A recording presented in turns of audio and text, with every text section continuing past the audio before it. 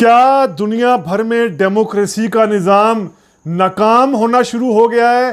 क्या दुनिया भर के अंदर वो डेमोक्रेटिक सिस्टम जिसको 1945 के बाद एक ऐसे सिस्टम के तौर पर पेश किया जा रहा था कि इस सिस्टम के पास तमाम पॉलिटिकल, इकोनॉमिक, सोशल, एथनिक हर तरह के मसाइल का हल है, क्या ये निज़ाम अब नाकाम हो चुका है? और क्या वजह है? आज से 10 साल पहले तक जिन स्टेट्स को डेमोक्रेटिक स्टेट्स कहा जाता था, अब इनके लिए इलेक्ट्रिकल ऑटोक्रेटिक स्टेट्स की या इलेक्ट्रिकल ऑटोक्रेसी की टर्म क्यों यूज की जा रही है? क्या है वजूहात दुनिया भर में डेमोक्रेसी के निज़ाम के कमज़ोर होने की? ये आज हम समझने और जानने की कोशिश करेंगे रीथिंक विद उमर जावेद में। हिस्ट्री और पॉलिटिक्स को उसके रियल कॉन्टेक्स्ट में समझने की कोशिश और जस्तजू करने वाले तमाम व्यूवर्स को रीथिंक विद उमर जावेद में खुशामदीद। यूएन ने अभी सितंबर में ही एक डे मनाया, डेमोक्रेसी डे मनाया। डेमोक्रेसी डे में फिर जो यूएन की तरफ से रिपोर्ट्स आई सामने, जो रिपोर्ट्स पब्लिश की गई, उनके मुताबिक दुनिया भर में डेमोक्रेसी वीक होती जा रही है, जमहूरी निज़ाम वीक होता जा रहा है। इस बात से आप समझिए कि इस वक्त दुनिया भर में 5 अरब 70 करोड़ से ज़्यादा अफराद, यानी 72% हम अगर दुनिया की आबादी कह लें, वो ऑटोक्रेटिक निज़ाम में रह रही हैं, ऑटोक्रेसी के निज़ाम में रह रही हैं, यानी जमहूरी निज़ाम में नहीं रह रही। दुनिया की 5.7 बिलियन आबादी, यानी 5 अरब 70 करोड़ आबादी, इनमें अगर मज़ीद हम आगे तकसीम करें तो इस आबादी में जो 3.5 बिलियन है, यानी 3 अरब से ज़्यादा जो आबादी है, ये आबादी इलेक्ट्रिकल ऑटोक्रेसीज में रह रही है। और जो 2 अरब से ज़्यादा आबादी है, 2 अरब के लगभग आबादी है, ये मुकम्मल क्लोज्ड ऑटोक्रेसीज में रह रही हैं। अब ये क्लोज्ड ऑटोक्रेसीज के हैं, इलेक्ट्रिकल ऑटोक्रेसीज के हैं, ये हम तेज़ी से समझ लेते हैं।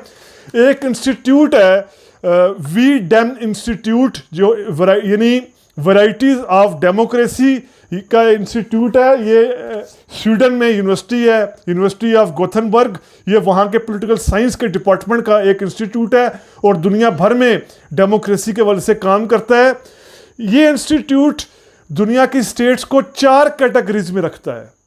एक जहाँ लिबरल डेमोक्रेसी, यानी एक कैटेगरी जहाँ मुकम्मल लिबरल डेमोक्रेसी है, ऐसी डेमोक्रेसी जहाँ मिनॉरिटी, वुमेन राइट्स या बाकी तबकात के राइट्स के हवाले से भी जोर दिया जाता है। इन लिबरल डेमोक्रेसीज, इन लिबरल डेमोक्रेटिक जो स्टेट्स हैं, इनमें जैसे यूएस का नाम आता है, इंग्लैंड का नाम आता है, जापान, फ्रांस, जर्मनी, यूरोप, यानी ये लिबरल डेमोक्रेसीज। फिर एक कैटेगरी है इलेक्ट्रिकल डेमोक्रेसीज। इलेक्ट्रिकल डेमोक्रेसीज जहां इलेक्शन के ज़रिए ही हुकूमतें आती और जाती हैं, लेकिन इन ममालिक में उस तरह का लिबरलिज्म नहीं होता जैसा यूरोप में होता है या किसी हद तक अमेरिका, कनाडा में होता है। इन इलेक्ट्रिकल डेमोक्रेसीज की जो मिसाल हैं, इनमें अर्जेंटाइन, ब्राज़ील, इंडोनेशिया, मैक्सिको, ये ऐसी कैटेगरीज में आते हैं।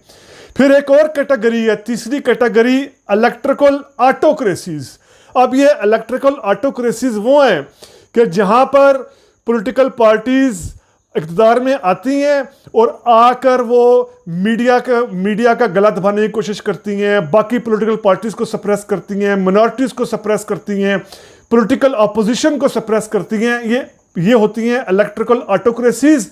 अब इस कैटेगरी में जो मुल्क आते हैं, इंडिया एक इलेक्ट्रिकल ऑटोक्रेसी की कैटेगरी में आता है। ये वैरायटी ऑफ डेमोक्रेसी जो है, वेम डेम, ये बात करता है। India, Pakistan, Bangladesh, Egypt, Türkiye, Venezuela, Azerbaijan, ये ऐसे ममालिक हैं जो इलेक्ट्रिकल ऑटोक्रेसी की तरफ है, जहां सियासी जमातें या जहां के जो हुक्मरान हैं वो बाकी वॉइसेस को किल करते हैं, अपोजिशन को किल करने की कोशिश करते हैं, आज़ाद मीडिया को नहीं आने देते, अदलिया पर असरअंदाज होते हैं। तो ये ऐसे ममालिक की मिसाल है। पाकिस्तान, इंडिया, बांग्लादेश, तुर्किया भी इस कैटेगरी में आता है।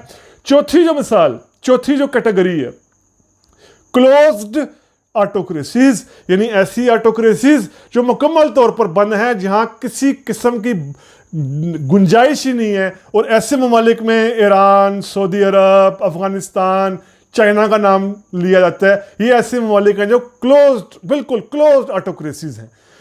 ये वो 4 कैटेगरीज हैं। अब दुनिया के अंदर ऐसे ममालिक भी इलेक्ट्रिकल ऑटोक्रेसीज के तहत आ रहे हैं, जहां कुछ अर्सा पहले तक मुकम्मल जो या इलेक्ट्रिकल डेमोक्रेसी के तहत आते थे या फिर वो लिबरल डेमोक्रेसी के तहत आते थे। इनमें बड़ी मिसालें जो हैं वो इंडिया और तुर्किया की दी जाती हैं। इंडिया के अंदर चूंकि मोदी की गवर्नमेंट है जिसका डिक्लेयर्ड एक हिंद तत्वा का एजेंडा है, हिंद तत्वा के डिज़ाइंस हैं, एंटी मिनॉरिटी डिज़ाइंस हैं, हिंदू राष्ट्र बनाने का पूरा एक डिज़ाइन है।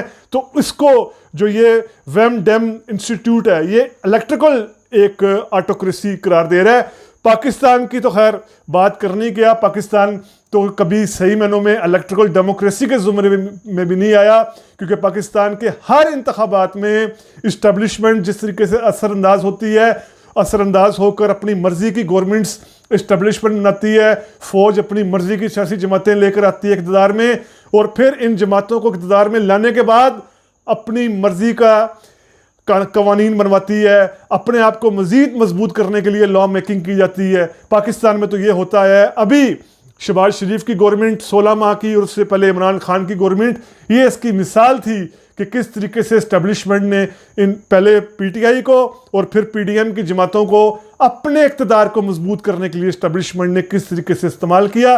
तो पाकिस्तान भी एक बिल्कुल इलेक्ट्रिकल ऑटोक्रेसी की मिसाल पर आता है। बांग्लादेश भी इसलिए इलेक्ट्रिकल ऑटोक्रेसी की कैटेगरी में आ रहा है कि यहाँ पर शेख हसीना वाजिद अपोजिशन को सप्रेस करती है, मीडिया को नहीं पनपने देती, अदलिया पर असरअंदाज होती है, आज़ादाना इंतखाबात भी नहीं होने देती। तो यह भी इलेक्ट्रिकल ऑटोक्रेसी के ज़ुमरे में आती है। अब जो ज़्यादा एक ख़तरनाक बात है, वो ज़्यादा ख़तरनाक बात यह है कि आज से कुछ अर्सा पहले तक ये तादाद जो ममालिक थे, ये फिर भी कहीं ना कहीं डेमोक्रेसी की कैटेगरी में आते थे। तुर्किया भी इसकी एक मिसाल है। कुछ अर्सा पहले तैयब अर्दगान से पहले ये भी कभी कभार मार्शल्लाह, कभी फिर सही मानों में जमहूरियत।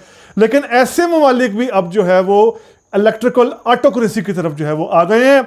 और इसमें जो अहम वजूहात बताई जाती हैं डेमोक्रेसी के नाकाम होने की, इनमें सबसे बड़ी वजूहात ये हैं कि डेमोक्रेसी के निज़ाम ने चूँकि उस तरीके से इन ममालिक में इकनॉमिक रिसोर्सेज की इक्वल डिस्ट्रीब्यूशन नहीं की, इन ममालिक में क्रोनी कैपिटलिज्म रहा, इन ममालिक में बेरोज़गारी रही, पढ़े लिखे लोगों को मौके नहीं मिले, सियासत के अंदर मोरसियत चलती रही, यानी पॉलिटिकल जो पुराने ख़ानदान थे वो चलते रहे, फीडल हायरार्कीज काम करती रही, पुरानी टेंडेंसीज के ज़रिए ज़ात पात को भड़काकर, फ़िरकों को भड़काकर, मुख्तलिफ़ कौमियतों को भड़काकर पॉलिटिक्स की जाती रही, जिसका आम आदमी को कोई समर नहीं मिला, फ्रूट नहीं मिला, और यहाँ जमहूरियत जो है वो नाकाम होना शुरू हो गई।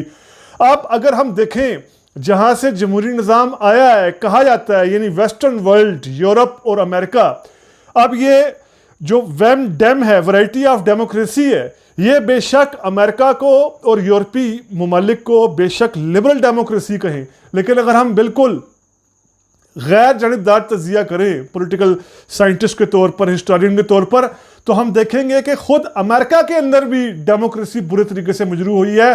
ख़ास तौर पर डोनाल्ड ट्रंप जैसे जब पॉपुलर लीडर वहाँ 2016 का इलेक्शन जीतता है, और फिर 2021 जनवरी 2021 में वाशिंगटन कैपिटल हिल में जो कुछ होता है, जिस तरीके से एक जत्था वहाँ हुकूमत लेने की कोशिश करता है, और ट्रंप जिस तरीके से वहाँ ट्रंपिज्म के तौर पर आ गया है, ट्रंप जो है वो अब डोनाल्ड ट्रंप ट्रंपिज्म की सूरत में आ गया है, यानी जिसमें आप मुखालिफ सियासी जमातों की गुंजाइश नहीं है, मिनॉरिटीज़ की गुंजाइश नहीं है, जो ब्लैक पीपल है उनकी गुंजाइश नहीं है, anti women rights, anti minority rights, ये सब इन सब रुझानात को जिस तरह अमेरिका में तकवीत मिली है, और उसके बाद फिर खुद यूके के अंदर जिस तरह जो यूके अल्ट्रा नेशनलिस्ट जमातें हैं, यूके इंडिपेंडेंट पार्टी जैसी, इनको जिस तरीके से मकबूलियत मिल रही है, फ्रांस के अंदर जिस तरह नस्ल परस्त जमातें, जिस तरह की राइट विंग एक्सट्रीम जमातों को मकबूलियत मिल रही है, वो इसकी मिसालें हैं। जर्मनी में हिटलर की नामलेवा जमातें, अल्टरनेटिव फॉर जर्मनी जैसी ऐसी जमातें जिस तरीके से मकबूल हुई हैं, तो ये मिसालें साबित करती हैं कि अगर डेमोक्रेसी ऐसे ममालिक में भी वीक हो रही है जो डेमोक्रेसी का ओरिजिन थे, जहां से डेमोक्रेसी आई थी, जहां के निज़ाम को कॉपी बाकी मुल्कों ने, यानी बाकी मुल्कों ने वहां से ये निज़ाम उठाया था, जो एशिया के मुल्क थे या अफ्रीका लैटिन अमेरिका के मुल्क थे, इन्होंने यूरोप से सिस्टम उठाया था, अमेरिका से सिस्टम उठाया था। अगर वहां ये निज़ाम नाकाम जा रहा है तो फिर आप खुद सोचें बाकी दुनिया में क्या होगा।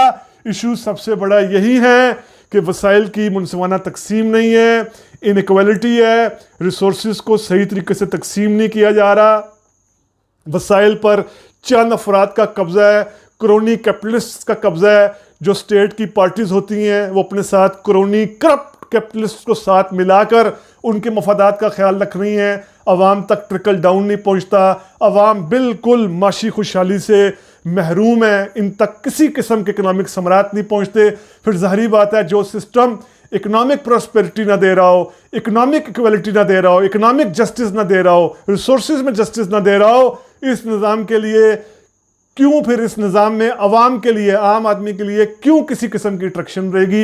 ये है वो बड़ी हकीकत जिस वजह से आज की दुनिया में डेमोक्रेसी का निज़ाम तेज़ी से वीक हो रहा है। तो उम्मीद करता हूँ आपको यूएन की इस रिपोर्ट पर और जो वेम डेम इंस्टीट्यूट ने रिपोर्ट पेश की इसी साल जमहूरियत के डिक्लाइन पर, आपको ये वीलॉग इस पर किया गया पसंद आया होगा। अगर पसंद आया है तो काइंडली सब्सक्राइब कीजिए रीथिंक विद उमर जावेद को। बहुत शुक्रिया।